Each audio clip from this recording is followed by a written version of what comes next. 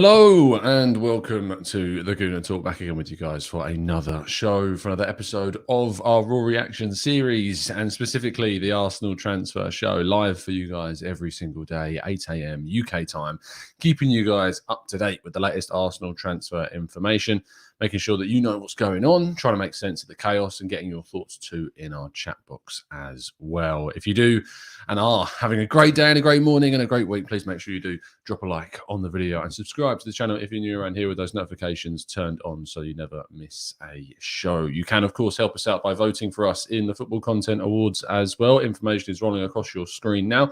Or you can go onto Twitter and tweet, I am voting for at the Gooner Talk TV in at the _FCAs for hashtag best club creator. If you don't have Twitter, there is further instructions in the links in the description of how you can still vote for us.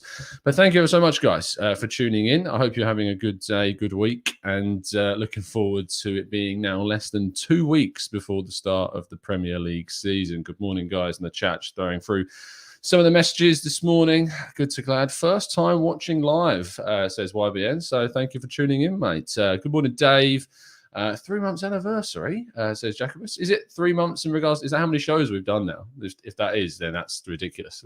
I think tomorrow is the 90th episode. Oh no, is today the 9th? Is it today? I might have even put the wrong number. Is it? I think it is today. I think it is. Hold on, I'm going on the channel. I'm checking. Have I done the wrong number? I have done the wrong number. It's not even episode 90. It's episode 89. So I don't know why we've put down episode 90, because it's not. I'm losing track of the days now. We've done so many of these. Jesus. Anyway, let's move on to the main bulk of the news today, of course, and go and look at Ben White, who was, of course, signed for Arsenal. We talked a lot about this yesterday. Because obviously it was announced and we had the opportunity to do a few shows and discussed it a little bit with Leigh. We mainly talked about Granit Xhaka in that show, but we did a Q&A show in the afternoon about 5 p.m. UK time, like we do on a Friday. And yeah, so we've signed a £50 million defender. I mean, it's a weird situation. Not weird. It's strange because I didn't really see Arsenal going for a £50 million defender in this window specifically. I knew Arsenal were interested in a right-sided centre-back. We have been since January of this year. But to go for a £50 million centre-back when we had so many needs elsewhere, I thought was a long shot. Am I happy that we've signed him? Absolutely. Am I laughing at all the other fans trying to take the mick about the fact that Rafa Varane has signed for Man United and we've signed Ben White for more? No. Do I care? No. It's just they're completely different players in different situations in their career, coming from completely different places. To try and compare them is just silly. And so I'm not going to do that. It's just appreciate the player that we've got. And I'm very, very happy to see him signing for Arsenal. That is for sure. Moving on to our next signing that was also announced yesterday, Biereth. We know all about him signing for Arsenal anyway. It was announced by The Athletic last week that Arsenal were indeed getting the 18-year-old Fulham striker. Scored 21 goals, 21 games, 13 assists, a ridiculous amount of goal contributions for the under-18s. And he will join up with the under-23 squad for this season, in which he will obviously take the place of, we expect, Nikolai Moller, who is obviously left on loan for Victoria Kuln this season, and he will add some much-needed goal threat to the under-18s and more specifically the under-23s, as we expect them to push forward with kind of an improvement on their survival bid of last season into hopefully establishing themselves in the league and maybe even pushing for upper echelons of the table. But that's Biereth, and you can, of course, learn about him in the tactical breakdown that we did on the player last week as well. Granit Xhaka. Again, we did do a dedicated show on the news that broke yesterday that, according to David Ornstein and The Athletic and Amy Lawrence, of course, Granit Xhaka will, or rather is in talks with Arsenal about a possible renewal. It caused quite a stir. It caused quite a lot of controversy. And I know a lot of people reacted very raw, a bit of a raw reaction, you might say, to the news overall yesterday. And I think for me anyway, it wasn't an expected bit of news, that's for sure. I was very surprised to see this news coming yesterday, and I certainly thought that he was going to be going to Roma. I would have happily put quite a decent sum of money on him going to Roma. And I just, for me anyway, think that he is a player that will still add some really key qualities for Arsenal and really kind of add some leadership things that we've needed, or rather won't add them, he'll keep them because he's had them. But there's always going to be the errors. There's always going to be the controversy surrounding the Crystal Palace game. There's always going to be these intricacies that some fans are not going to be able to get over at all. Yes, chat. I see your tweets. I see your messages. Don't worry, we're going to get to that. I know about it already. It's just, I hope if he stays, and they said if he stays, I didn't say I'm hoping he stays. If he stays, I hope anyway that we, can really kind of get behind this. Fingers crossed, anyway, that we can get behind it and see what happens. He may still go. We don't know. But it's one that if you want to hear kind of my extended thoughts, and Leigh Judge's extended thoughts as well, we did a chat about Granit Xhaka in yesterday's show. Moving on to a new target that's come up and a new player, Leigh, a 17-year-old central midfielder from Preston, very much looked at as an exciting young talent and being linked with a number of clubs, including Everton and Leicester and ourselves. And so we are interested in this guy. Seemingly, Arsenal are looking to add some more quality to their academy. And Leigh is a highly rated 17-year-old central midfielder for Preston. Know absolutely nothing about him. I'm not going to pretend like I do. But from what we've read, he's highly appreciated, and Arsenal are one of the interested parties in him. So maybe one to look into if it progresses a little bit further. Matthew Hoppe, this is a new one. Has come forward as well. The Schalke forward, currently playing in the Gold Cup with the US men's national team. He has been linked with Arsenal this morning. 20-year-old forward, can play central striker, can play in a wider area. I think this is a pretty loose link, to be honest. I wouldn't say there is much beyond Arsenal keeping tabs on him. But it came out yesterday evening, really quite late in the evening, that Arsenal were one of the possible interested parties in Matthew Hoppe. And I just no. I just don't see this as a viable option. It may change, but right now it looks like it's just interest, and Arsenal have been found to be looking at him, tracking him, scouting him. That's about it. But we were indeed linked yesterday to Matthew Hoppe. So there's your news on that one. Martin Odegaard, our Norwegian, I say most of us, including myself, wish he was ours. He is like the new, what was it? I used the example of Granit Xhaka of using the balls on the strings, that if you swing one into the others, it smashes the other. Newton's something. You guys were telling me about it in the comment section. It feels very much like that scenario once again. It feels very much like Odegaard is the next one. Because one day he's wanting to come to Arsenal. The next day it's he wants to stay at Real Madrid. And it's just going back and forth. And the situation is right now, it's Newton's cradle. Thank you, Hans. It feels very much like that is where we're at, is that he wants to stay, is that he's going to stay. And that seems the likely destination. It's weird because in my view, like if there was a centre attacking midfielder that we were going to go for, I thought it was going to be him. I thought that Martin Odegaard was going to be the guy that Arsenal ended up going for in the end, just because of the situation and how it suited.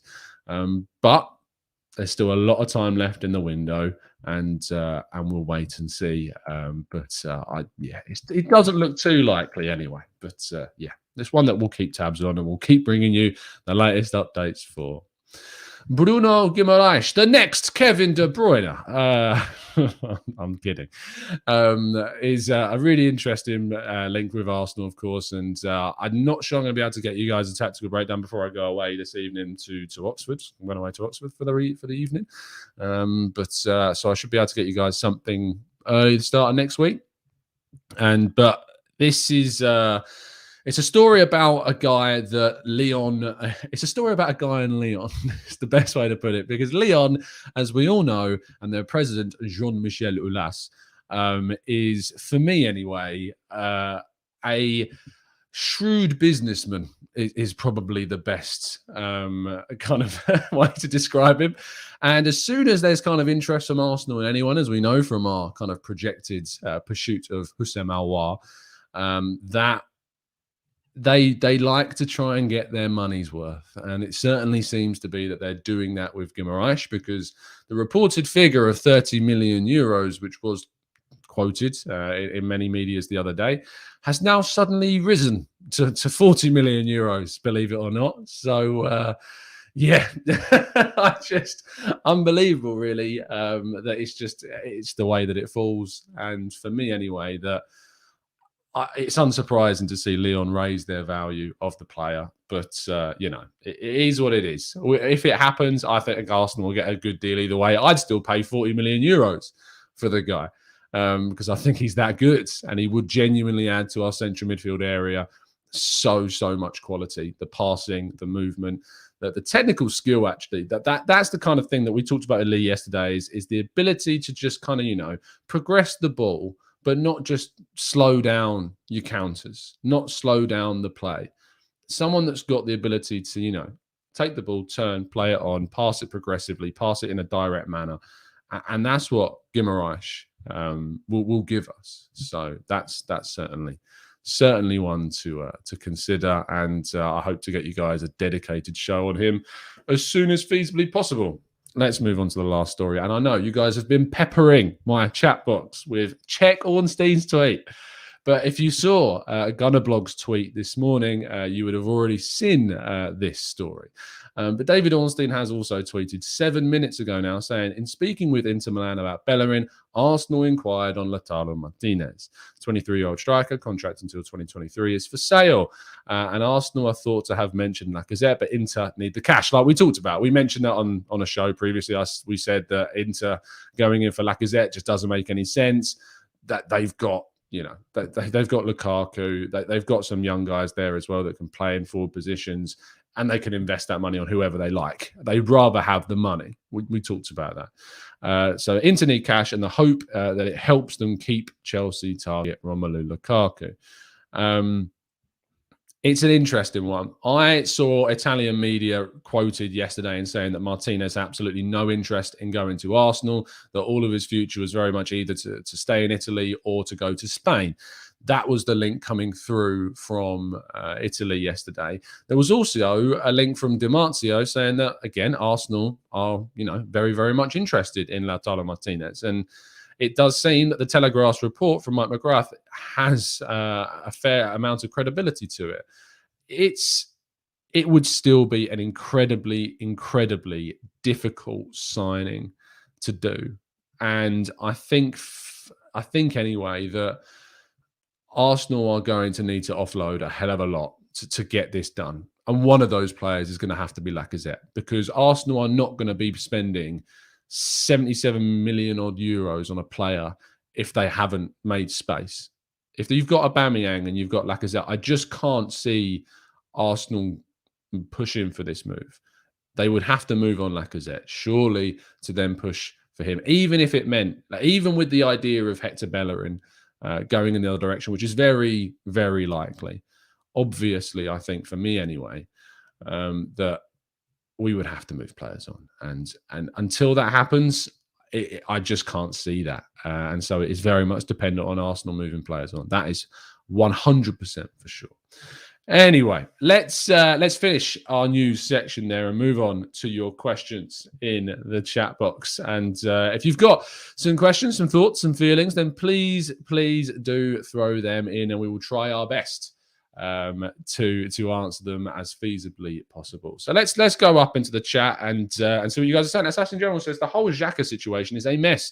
He doesn't want to stay, so why are we keeping him? The club tried to spin a good PR with Ben White and think they have pleased the fans. Nah, it hasn't worked out. I don't think they would try to spin any kind of PR with Ben White. We've known Ben White's been happening for ages, absolutely ages. He was obviously at Colney this week to sort all that stuff out.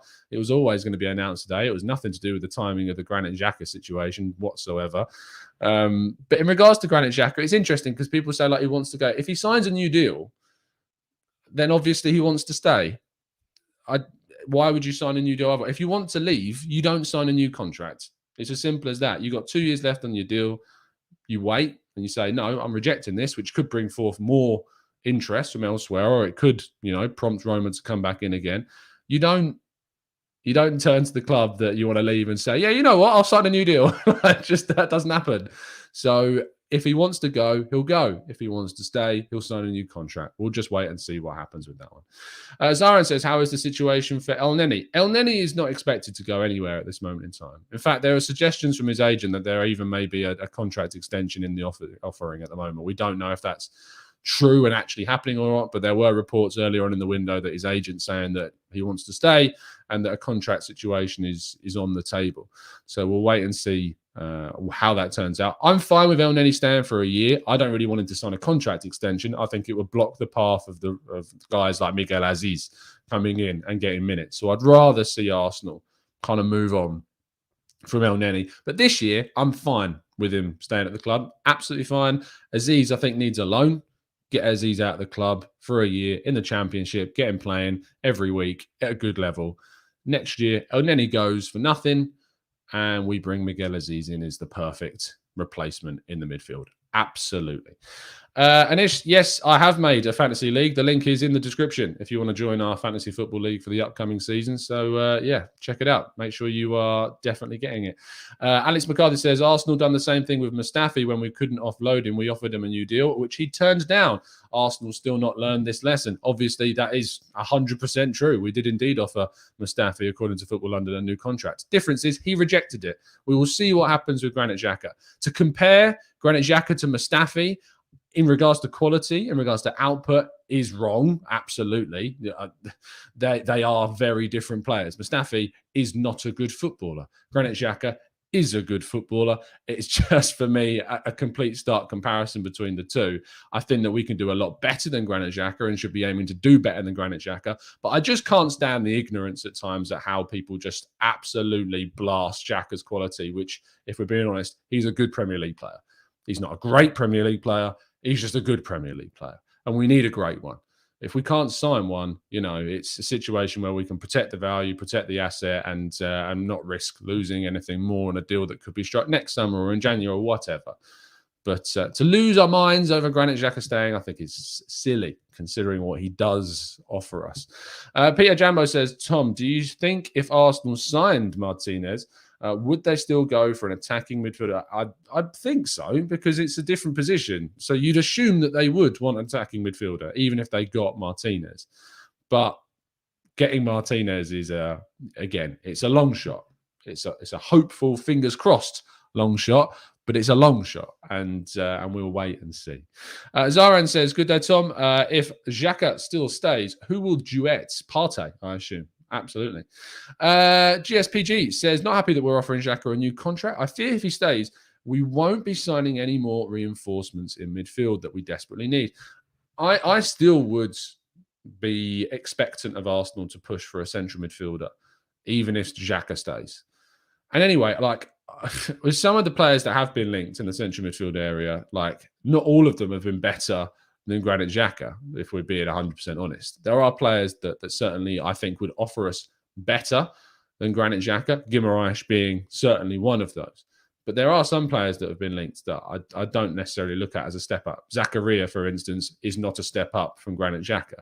So I would want us to be smart with how we invest our money into that specific area of the pitch. And so it's about how we spend that money. And if we can't get a better player, why lose a player that's better than what we would have brought in? If we can get a better player, absolutely do it. I'm never in favour of not upgrading on a position. I have no emotional attachment to a player that wouldn't make me want to upgrade upon them. And that goes for literally everyone. If there was a chance for Arsenal to get Jack Grealish and it meant Emile Smith-Rowe going in the other direction, it would make complete sense to me. I know some people don't agree with that, and that's fine. But Jack Grealish is an unbelievably good generational talent. And so even though I love Smith-Rowe, absolutely, if it was a situation where you could get Jack Grealish, absolutely would have done it. So it's not, I can't have that same attachment to players if it means upgrade. If it blocks the opportunity for Arsenal to upgrade upon someone, then I would do it because it's for the better of the team. And the club is bigger than any player. That's why I just can't get my head wrapped around some of the thoughts and the ideals about the Saliba cult following. It's crazy. So it's crazy. I'd rather see Arsenal go out and sign a £50 million centre-back like Ben White that's better than Saliba and get a player in that's better than him. And we have done that. So I'm not going to cry over Saliba not getting minutes because we've signed a really good quality centre-back that's better than him. So absolutely fine with that situation. I hope Saliba comes back and plays and proves everyone wrong that doubts him. Absolutely. As always, we'd back anyone putting on that red and white shirt. But it's about doing what's best for the team, not what's best for your own egos and own agendas about certain players at the end of the day. Wilson, hi Tom. What midfield positions does Guimaraes actually play? So from when we covered him back in 2020 and we did a tactical breakdown on him, he was a centre midfielder that can play progressive passes, that can tackle. He can play as more of a disciplined number 6 if you want him to, but I think he's better off playing alongside a Thomas Partey in a pair. I wouldn't put him, whilst I think you could put him behind, say, 2 number 8s, I'd rather play him alongside Partey. I think that's a dynamic pairing. It's a pair that would complement one another. I think it's someone that would really give a good, strong add to the spine and the foundation of the midfield, and then support that attacking midfielder, whoever that attacking midfielder might be. That's where I'd put Guimaraes in Arsenal's team. Absolutely. And he's a brilliant footballer. I would love to see him at Arsenal.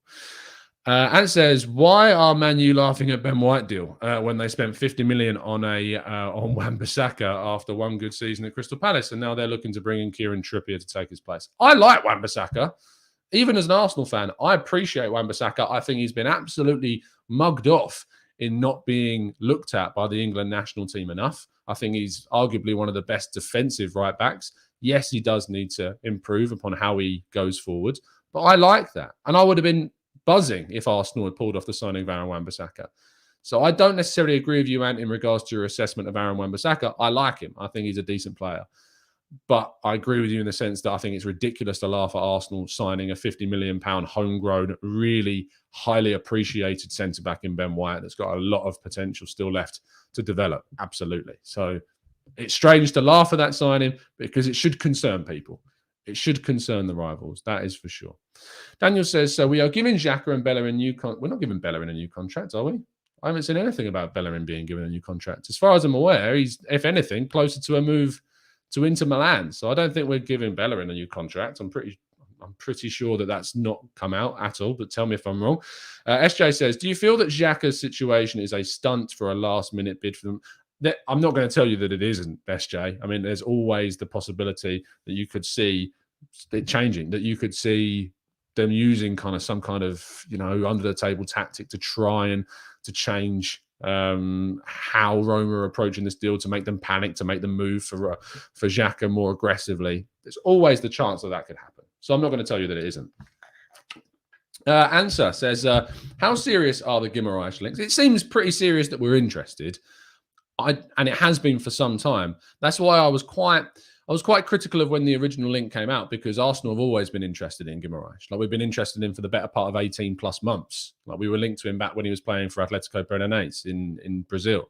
So to say that Arsenal are still interested isn't surprising. It's just, you need to look out for the reports that are saying that we're either in genuine talks with the club over a possible deal, that we've made a bid, that personal terms have been agreed. They're the types of things that are new developments in the Guimaraes story. But saying that Arsenal are interested in signing him isn't new. Like, we know that Arsenal are interested in him. That's the type of stories that we need to be looking for when it comes to progressing the Guimaraes story.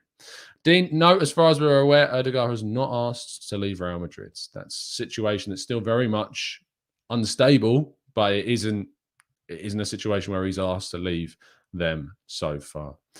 Abiodun says, how many more signings do you think we will get done in addition? Please don't spam my chat, though. Please don't spam my chat. I've just noticed you've been spamming my chat. How many more signings do you think we'll get in addition to the 3 that we have already? And why is it so difficult to shift some of our young talents? I'll give you a short answer because you spammed my chat, but I think we'll get 3 more in, and I think that it's difficult to shift players because no one wants it. Simple as that. Iqbal says, for sure, goal-scoring attacking midfielder is a must and have been missing for years now. I think what we need and you're spot on, is an attacking midfielder that can get into the box, not just create from outside it. I want someone that can do that, that can be around the edge of the box, that can pepper the box with passes and incisive balls. But I need someone that can score.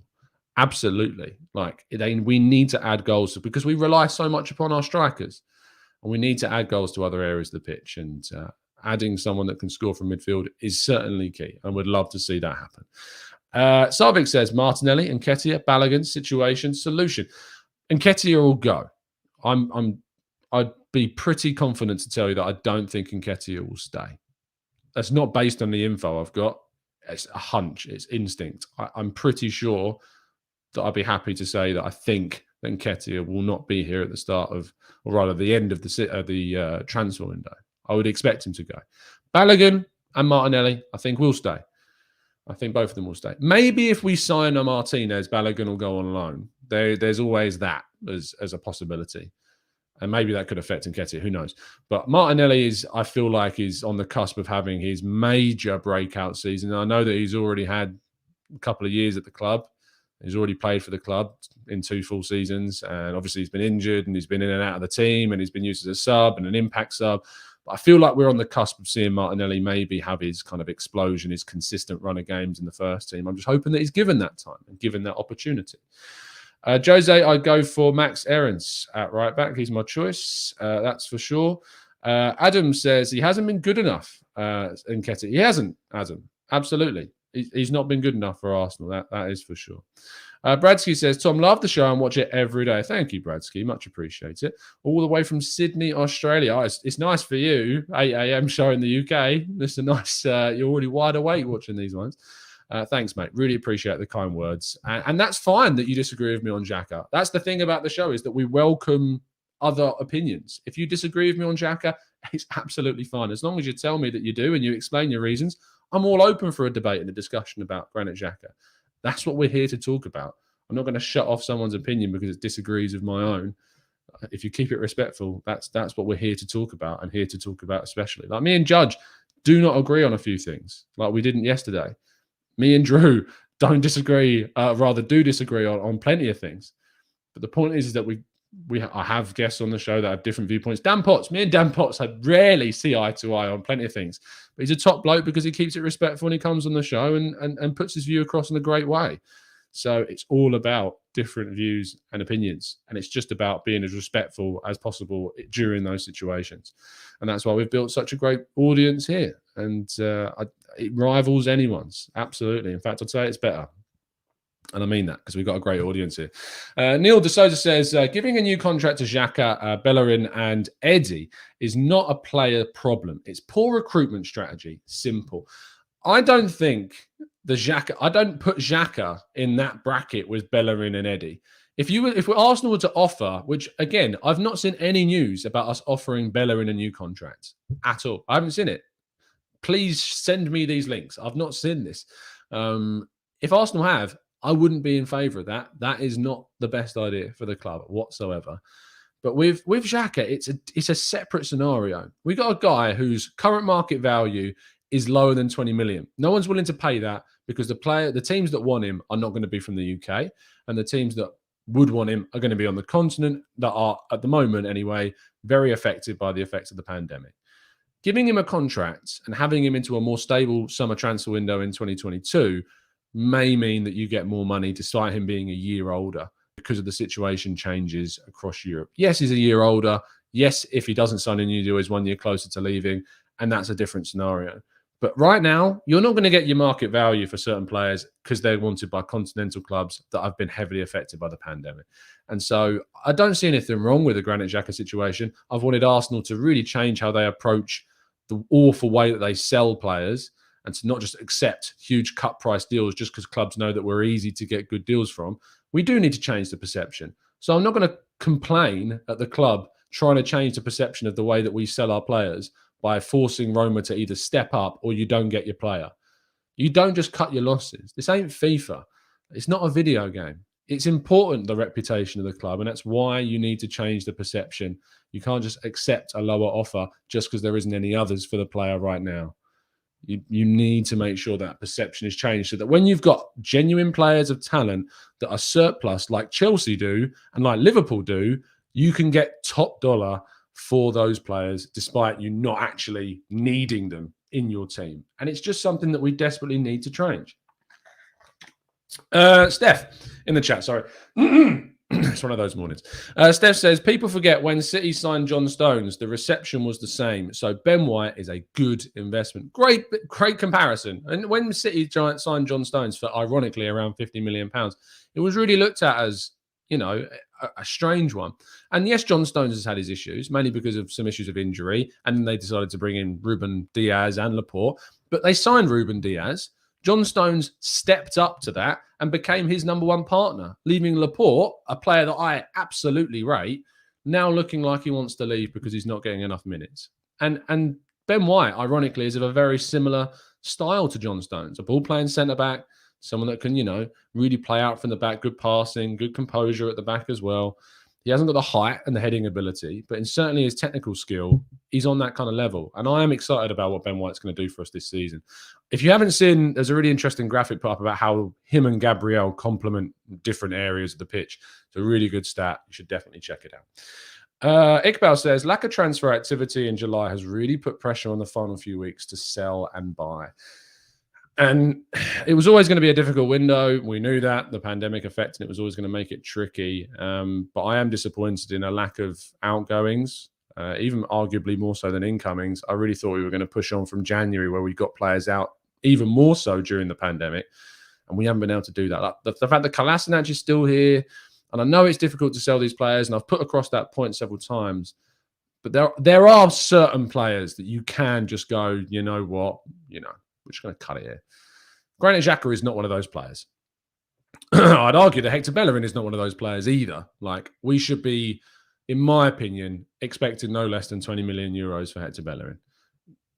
He's a Spanish international. He's a starting Premier League player. He's got a couple of years left on his deal. He's not got one. He's 26. He's got loads of time left on his career. 20 million for Bellerin is a fair price. And that's one of those players that we shouldn't be expecting. Really, anyway, Arsenal to be looking for. So we'll wait and see. Neil says that the news about Bellerin's contract is on Football London. Let's have a quick look. Let's have a look.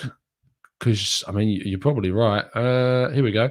The Guardian has said that Bellerin and Xhaka have both. Wow, fair play. I'll take it back. If the Guardian says it, then it's for me, it's a very decent source. Nick Ames saying that Arsenal have offered Bellerin a new contract. Wow. The club have not lost hope that Hector Bellerin and Granit Xhaka, both of whom are keen to move on, will join White in this season's squad and are preparing to offer them new contracts. Bellerin's representatives met Edu and technical director this week and were informed Arsenal would like to extend his deal, which ends in 2023. Inter are interested in Bellerin, have proposed a one-year loan with an option to buy next summer. However, Arsenal will entertain only a permanent move or a loan with an obligation to purchase. Atletico Madrid are also monitoring the situation closely, with right-back Kieran Trippier keen to return to England and Manchester United considering a move. So Neil, absolutely 100%, I'll take it back. Thank you for sending me through that link. I think that if Arsenal do offer Bellerin a new deal, instead of selling him, that's a mistake. That's a mistake. We should be looking to sell him this summer. It's different from Granit Xhaka because the midfield situations and the right-back situations are so different. I don't think Bellerin is that much, if at all, better than Callum Chambers is right now in this specific moment. And he would be, even if Bellerin stayed, Chambers is my starting right-back right now.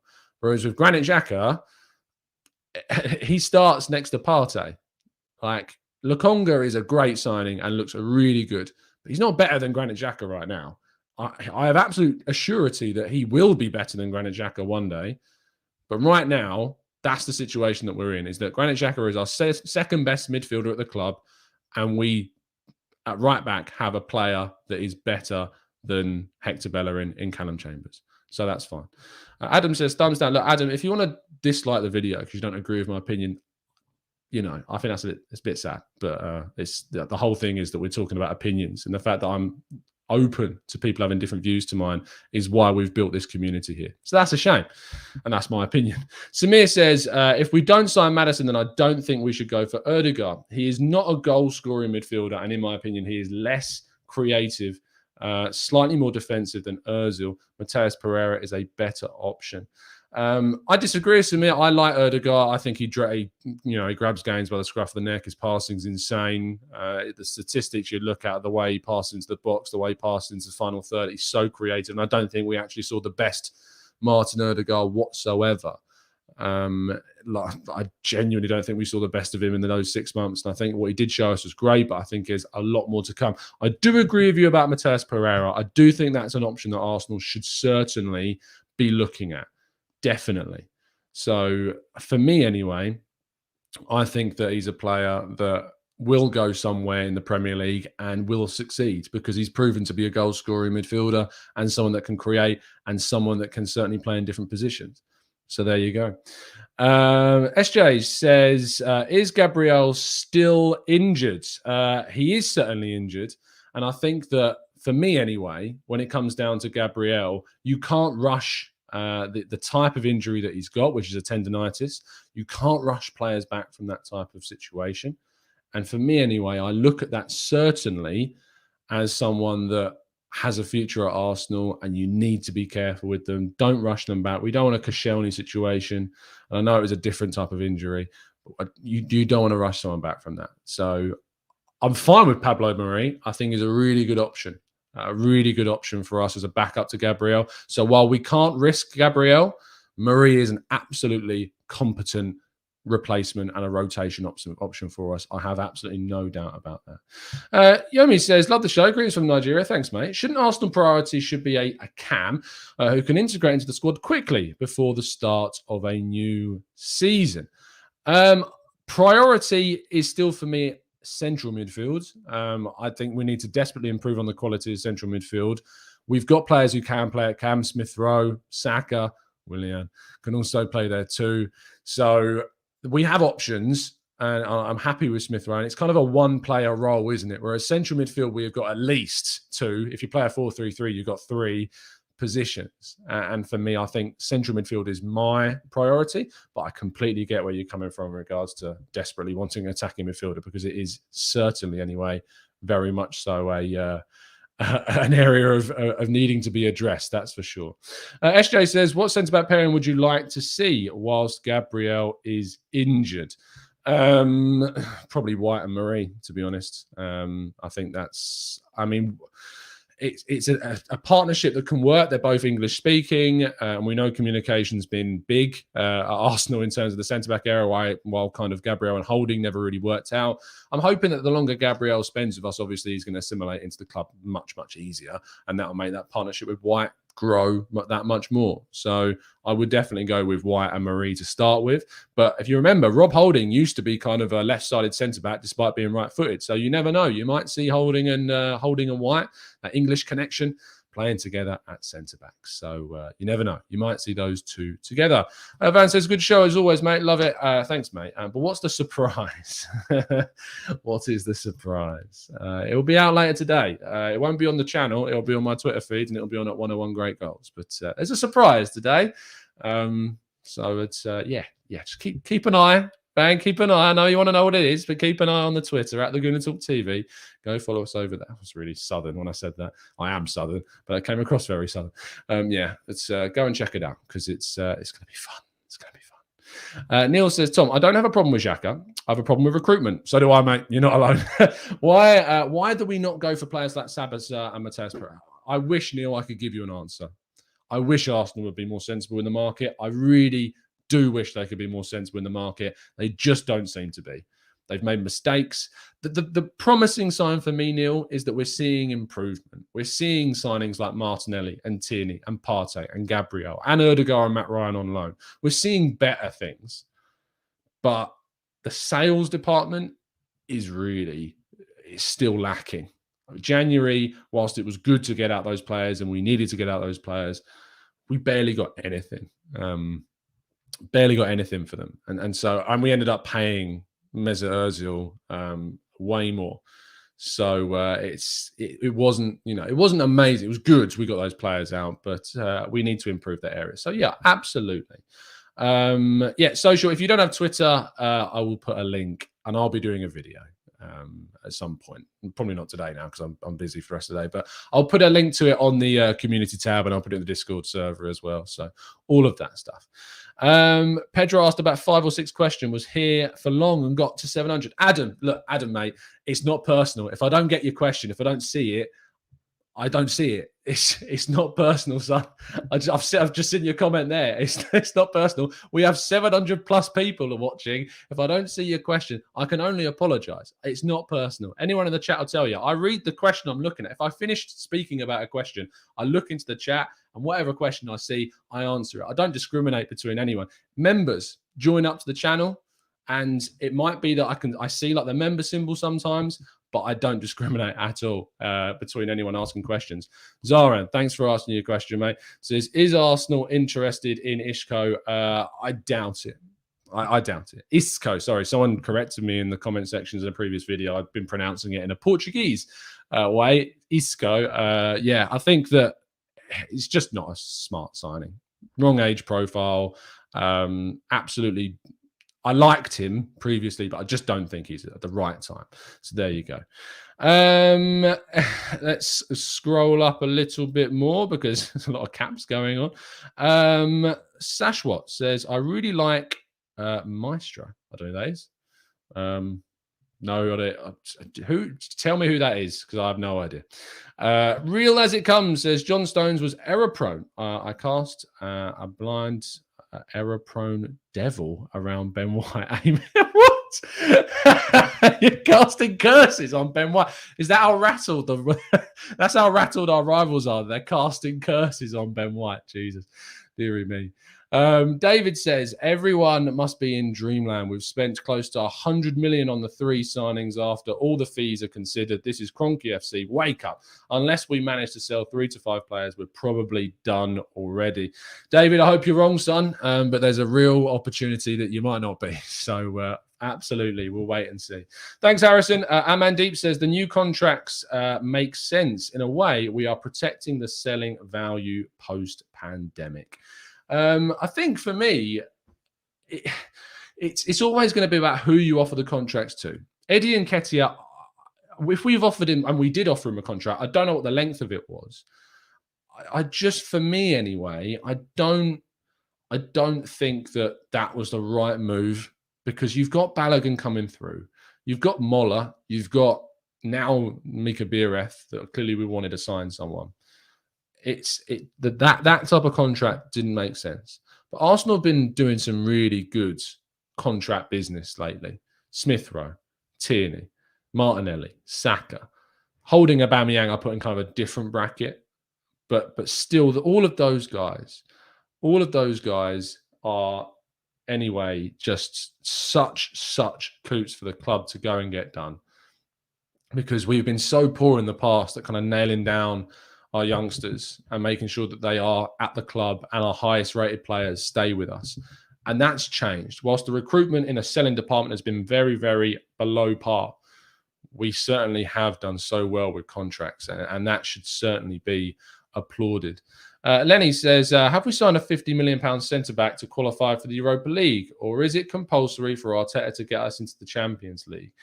Obviously, the target for the club is going to be top 4, Lenny, always. And I think for me anyway, when you look at kind of the situation in which we find ourselves in with so many other top clubs pushing towards those players and pushing towards those clubs like Chelsea and Man United and Man City and Liverpool and Leicester and those lot down the road, and everyone around us, West Ham now, Wolves are going to be coming forward again. Villa are really pushing. Top 4 is just so not anywhere close, in my view anyway, to being a guaranteed top 4 team. Arsenal are just not there. I think there's potential for us to be there and for us to get there one day. It's just going to take a lot of smart recruitment. It really, really is. And I just don't see that right now. We aren't doing enough. We aren't doing it enough consistently to be a team that should be saying, yes, we should expect to be in the top 4. Absolutely. So, you know, it is what it is. And hopefully one day we'll see a change. Hopefully one day we'll see Arsenal back in that top 4. And you never know, it could be next season. But I wouldn't start expecting Arsenal to be in the top 4 or, you know, being within a point of the top 4 by the end of the season, because it's such a competitive league and we just need to do so much more to do it. So we'll see what happens. Hopefully we can make some more signs before the end of the window. I'm going to wrap things up there. Thank you so much, guys, for tuning in. There will not be a show rest of the day because, as I say, I'm away in this evening. There will be a show despite being in Oxford, despite being in a hotel. I'm still going to try and give you guys an 8 a.m. show tomorrow morning. Keep an eye on the Twitter feed a little bit later on today. I'm looking forward to bringing you a exclusive piece, which I'm looking forward to. It's been an absolute pleasure, guys. Sorry that we couldn't please everyone. As I say, there's over 700 of you guys watching, so unfortunately we can't get to all your questions. Thank you for understanding. Yeah, come back tomorrow morning and we'll try and answer as many more of your questions as we can. It's why we do Q&A shows, so we can try and answer as many more of your questions as possible. It's never personal, Adam. Don't take it personally, son. We'll see you guys tomorrow morning, 8 a.m. For the next update. Have a great day, have a great weekend, and enjoy yourselves. And as always, up the Arsenal.